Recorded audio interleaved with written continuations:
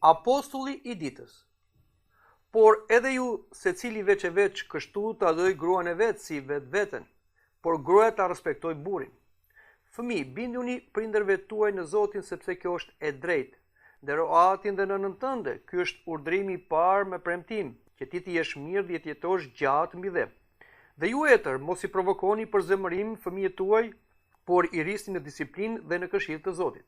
Ju shërbëtor, binduni zotrive tuaj sipas mishit me frikë dhe dridhje, në thjesinë e zemrës suaj, por si Krishtit, duke mos shërbyer si ata që duan t'ju pëlqejnë njerëzve, por si shërbëtor të Krishtit duke bërë vullnetin e Perëndisë me shpirt, duke shërbyer me dashamirësi Zotit dhe jo njerëzve, duke ditur se çdo e mirë që të bëjë gjithsecili, atë dhe do të marrë nga Zoti, qoftë shërbëtor, qoftë i lirë. Dhe ju zotri, bëni po kështu ndaj tyre, duke i lënë kërcënimet, duke ditur se edhe ju vetë keni një Zot në qiell dhe tek ai nuk ka asnjë anësi. Komenti i apostullit. Të dashur më Krishtin dhe miq, unë gjithë sot lexojmë nga letra e apostullit Pavli drejtuar Efesianëve, kapitulli 5, vargu 33 dhe nga kapitulli 6, vargu 1 dhe në vargun 9. Në vargun 38 të kapitullit 5 na thuhet: por dhe ju secili veç e veç, shtu ta doj gruan e vet si veten, por gruaja ta respektoj burrin. Apostulli Pavli urdhëron burrat e martuar t'i duan gratë e tyre. Të duash është një energji që drejtohet nga vetja tek personi tjetër, pra nga brenda jashtë. Dhe burri duhet ta dojë gruan si vetveten. Kjo është edhe vetë porosia që Zoti tha. Mbasi Zoti tha njeriu duhet ta dojë Perëndin me gjithë mendjen, me gjithë zemrën, me gjithë shpirt, me gjithë fuqinë e tij, pastaj ai thotë njeriu duhet ta dojë të afërmin si vetveten. Dhe gruaja nuk është thjesht i afërmi i burrit, por është vetë mishi i burrit, trupi i burrit. Veçanërisht lexojmë në librin e Zanafillës, pasi Perëndia krijoi njeriu e parë Adamin dhe mbas brinjës së Adamit krijoi Evën, pra çiftin e parë, ai thotë: për këtë arsye njeriu do të braktisë baban dhe nënën e tij dhe do të bashkohet me gruan e tij dhe do të jenë një mish i vetëm. Prandaj, ai njeri që nuk do gruan e tij, nuk do as trupin e tij, thot përsëri apostulli Pavli. Dhe dashuria është një veprim konkret, që do të thotë që burri duhet ta vlerësojë, të përkujdeset për gruan e tij, dhe të jetë besnik. Për këtë na ndihmon edhe shkrimi i shenjtë. Për shembull, në letrën e apostullit Pavli drejtuar Kolosianëve, në kapitullin 3 vargun 19 na thuhet: ju burra dojini gratë tuaja dhe mos u bëni të hidhur ndaj tyre. Po ashtu, përsëri dhe apostulli Petro ka të njëjtin mendim me apostulli Pavlin dhe në letrën e parë të tij, në kapitullin 3 vargu 7, ai na thot: ju burra gjithashtu jetoni me dituri me gratë tuaja, si jenë me dobët duke u dhënë nder, sepse edhe ato janë në bashkëtrashëgimtare të hirit të jetës që të mos pengohet lutja juaj. Por përveç këtyre, e rëndësishme është që burri duhet të qëndrojë besnik gruas tij. Dhe kjo është një nga urdhrimet që vetë Zoti Krisht tha. Në Injilin sipas Mateut, në kapitullin 5, vargjet 27 dhe 28, na thuhet se çfarë besnikërie duhet ketë burri ndaj gruas. Keni dëgjuar të moshve që u thënë mos shkel kurorën, por unë po i them se kushdo që shikon një grua për ta dëshiruar ka shkelur kurorën në zemrën e vet. Prandaj të dashur më Krishtin, dashuria e burrit ndaj gruas është një gjë e lartë, por është dhe një gjë e vështirë. Prandaj edhe Perëndia i la burrave këtë detyrë të vështirë, pra që i duan gratë e tyre. Por për gruan apostulli Pavli thotë: dhe ju gra nderoni burrat tuaja.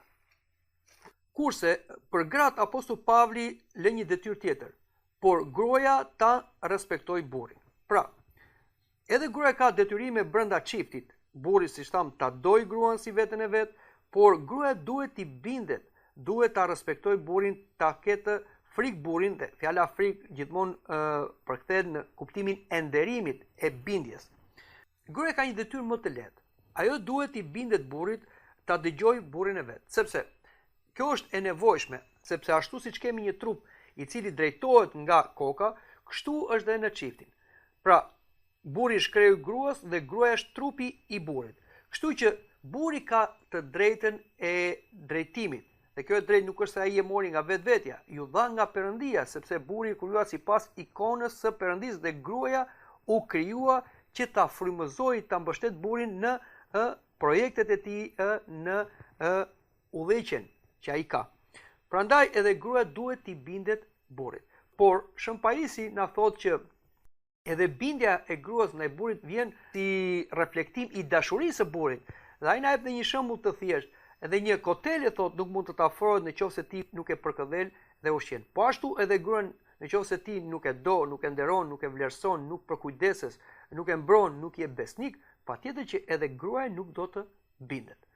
Por le të flasim edhe për vargjet më poshtë. Në vargun 6, kapitulli 1, apostulli Pavli thotë: "Fëmijë, binduni prindërve tuaj në Zotin, sepse kjo është e drejtë." Tashmë apostulli Pavli po merret me një tjetër problem që krijohet në familje. Pra folëm për çiftin burr-grua, dhe tani flasim për një familje, baba, nën edhe fëmijë. Dhe apostulli Pavli ju drejtohet fëmijëve tani. Fëmijët duhet t'i binden prindërve të tyre në Zotin, sepse kjo është e drejtë. Pse thot në Zotin? Sepse prindit janë të krijuar dhe janë dhuratë e Zotit për fëmijët. Nëpërmjet atij çiftit të parë, Adamit dhe Evës, erdhën dhe fëmijët. Kështu çdo burr grua është një si Adami dhe Eva, dhe patjetër ky çift duhet të sjellë edhe fruta të martesës që janë dhe fëmijët. Prandaj prindit janë dhuratë nga Zoti. Është gjë shumë e madhe që një fëmijë t'i ketë prindët e tij, pra atin dhe nënën e vet. Dhe jo më kot Perëndia ka krijuar familjen, sepse vetë familja është si një lloj kishe ose imazhi i mbretërisë Perëndisë. Ati është imazhi i Zotit Krisht dhe gruaja është imazhi i Zonjës Mari dhe vëllezërit dhe motrat janë imazhi i angjëjve dhe shenjtorëve. Kështu që fëmia, duke u lindur dhe duke u rritur në familje, në fillim, në mënyrë natyrale ai mëson të ndojë dhe nderojë atin dhe nënën e vet dhe vëllezërit dhe motrat që ka më të mëdhenj. Dhe kështu mëson dashurinë dhe bindjen. Pastaj ai fillon të kuptojë se ka dhe një atë tjetër qiellor, dhe ka dhe një nën qiellore, ka dhe vëllezër qiellor, pra është Zoti Krisht, ylinësi, angjëj dhe shenjtor, dhe kështu e ka më të lehtë kur ai ka kultivuar këtë dashurinë natyrale të pranojë atë dashurinë shpirtërore. Prandaj edhe fëmijët të cilët vijnë nga familje ku ka probleme, ku ka ndarje, përçarje, dhe ata kanë vështirësi që ta pranojnë Zotin, sepse kanë një imazh të gabuar për prindin e tyre dhe kështu krijon një imazh të gabuar për Zotin. Por dhe Perëndia për këta fëmijë ka një përkujdes të veçantë, ju fal shumë mëkate, ju jep një hir të tepërt që ata ta suportojnë këtë gjendje. Dhe në vargun 2 na thotë: "Ndero atin dhe nënën tënde." Ky është urdhërimi i parë me premtim. Ne dimë që Perëndia i dha Mojsiut 10 porosit ose që quhet dekalogu. 4 porosi janë detyrimet ose urdhërimet që ka njeriu ndaj Perëndisë, dhe mbas marrëdhënia që ka njeriu me Perëndin, atëherë fillon marrëdhënia me prindrit. Është porosia e 5, sepse si thash në fillim, prindit janë imazhi i Zotit. Kështu që janë të detyruar sipas porosisë 5 që dhe ne të krishterët e zbatojmë sepse është ligji moral, që duhet t'i nderojmë prindrit. Dhe t'i nderosh prindrit do të thotë, pra jo vetëm ti duash nga një dashuri natyrale, pra kemi lindur prej tyre, por t'i nderojmë prindrit do thotë t'ju bindemi prindërve tan, të përkujdesemi për ata. Është një borxh që lanë brezat me brezin tjetër. Për shembull, prindrit tan lanë borxhin e prindërve tyre dhe u përkujdesen për neve. Por dhe ne do lajmë borxhin që kemi me prindin tan dhe ne do përkujdesemi për ata dhe kështu fëmijët tan, çdo brez lanë borxhin që ka një brezi i cili u sakrifikuar për ta. Prandaj që të nderosh prindit dhe të përkujdesh për ta është një detyrim, është një borxh, është një marrëdhënie natyrale dhe është një mëkat i madh për ata fëmijë të cilët i keq trajtojnë prindit ose i braktisin prindërit e tyre. Dhe ata nuk do kenë bekim nga Perëndia. Në të kundërtën, ai që nderon atin dhe nënën e tij, ai ka një bekim që ti të jesh mirë dhe të jetosh gjatë mbi dhe. Na thotë në vargun 3 dhe kjo është vazhdimi i porosisë së 5 në dekalog. Që të jetosh mirë dhe të jetosh gjatë mbi dhe do thotë që të kesh bekimin e prindit. Bekimi i prindit zë, sepse tham që prindi është imazhi i Zotit dhe Zoti e dëgjon bekimin e prindit, por dëgjon dhe mallkimin e prindërve, i cili shkatron jetët e fëmijëve. Prandaj duhet pasur kujdes, nuk duhet të shtym prindrit në atë shkallë që ata të na mallkojnë. Pavarësisht se kjo është gjë e gabuar dhe prindi kur nuk do ta mallkojë fëmijën e vet. por të kesh jetë gjatë mbi dhe, nuk do të thotë të kesh vite, po të kesh vite me cilësi, vite me bekim. Dhe është vërtetuar që ata prindër të cilët kanë nderuar prindët e tyre dhe janë përkujdesur gjithmonë kanë pasur një jetë të bekuar. Dhe në vargun 4 na thuar, dhe ju etër mos provokoni për zemërim fëmijët tuaj, por i rrisni në disiplinë dhe në këshillën e Zotit. Përveç se fëmijët kanë detyrim ndaj prindërve, t'i duan dhe t'ju binden atyre, por edhe prindrit duhet të kenë kujdes në menaxhimin e fëmijëve të tyre. Duhet kuptojmë se prindi nuk është zotëri. Prindi është një menaxher, pra fëmijët janë dhuratë nga Perëndia, nuk janë thjesht produkti i prindërve. Sepse vërtetohet që ka çifte të cilët duan të kenë fëmijë dhe nuk kanë, pavarësisht se ata bashkohen biologjikisht.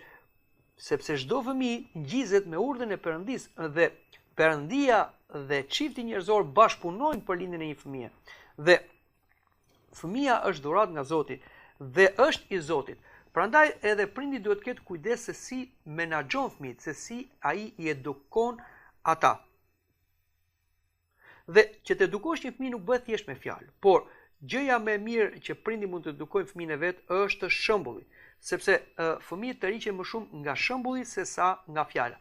Tregohet një histori se si një baba e kishte zakon të shkonte gjithmonë në një klub ku ai pinte nga një gotë dhe një ditë kishte rënë dhe bordh, thot edhe ai u vajti sipas zakonit që kishte në atë lokal. Dhe nga mbrapa shikon djalin e tij i cili este në gjurmët e atit të vet. Gjurmët që i kishte lënë në borë, pra. Dhe ai thot, "Bie, çfarë po bën? Unë po eci në gjurmët e tua." Por gjurmët e atit shkonin tek lokali, pra tek vesi i pijes. Kështu që ky prind e kuptoi se çfarë shembulli negativ kishte dhënë për fëmijën e vet. Prandaj duhet jemi të kujdesshëm sepse mund t'japim pa dashur me pakujdesin ton një shembull negativ tek fëmia jonë. Dhe familja është përgjegjësia e parë për edukimin e fëmijëve. Nuk e ka përgjegjësinë kopshti, shkolla ose kisha. Përgjegjësinë e parë e ka familja. Dhe duhet që prindi duhet ta hedhë gjithë zemrën tek fëmia dhe fëmia ta hedhë zemrën tek vetë shpëtimtari Zoti Krisht. Duhet që prindit t'i disiplinojnë fëmijët e tyre me këshillën e Zotit.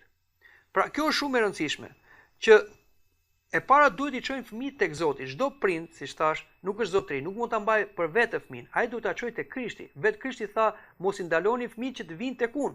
Është një detyrim prindëror që ti ta çosh fëmin që në kish. Prandaj edhe fëmia merr uratën që sapo lind në ditën e 8, në ditën e 40 dhe është mirë që fëmia të pagëzohet. Që në ditën e 40 është mirë që fëmia të çohet nga prindrit, jo vetëm të përkushtohet në tempull, por edhe ai të pagëzohet dhe kështu ai të bëhet një fëmijë i Perëndisë dhe Perëndia të përkujdeset, me përkujdeset veçantë për fëmijën e prindërve të tyre. Është një mëkat i madh kur prindit nuk i pagëzojnë fëmijët dhe rrezikojnë që ata të vdesin pa pagëzuar. Një fëmijë i papagëzuar i ngjan një qingji i cili ka dalë nga vatha dhe rrezikon gjithmonë të hajë ujku, dhe flasim për ujkun e mendshëm. Prandaj duhen pagëzuar fëmijët që të vegjël dhe nuk duhet shtyr kjo, sepse shpeshherë prindit e shikojnë pagëzimin si një ceremoni etj. Pagëzimi është bashkim me Krishtin, edhe birësim nga vetë Perëndia.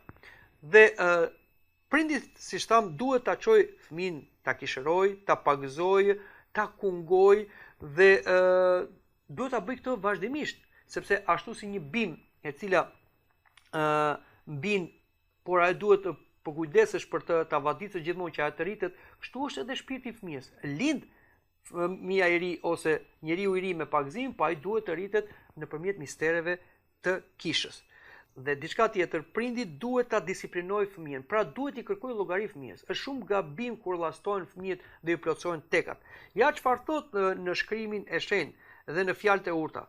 Biri im, mos e përçmon dëshkimin e Zotit dhe mos ure qortimin e tij, sepse Zoti qorton atë që do, si një baba djalin e tij që i pëlqen. Pra është vetë Perëndia që i mëson prindrit që t'i qortojnë, t'i disiplinojnë fëmijët e tyre. Është e nevojshme qortimi. Dhe ky qortim do të bëhet me dallim, kuptohet, jo deri aty sa ti ta shkatrosh fëmin, psiqikën e fëmijës ose aq më keq edhe jetën e fëmijës.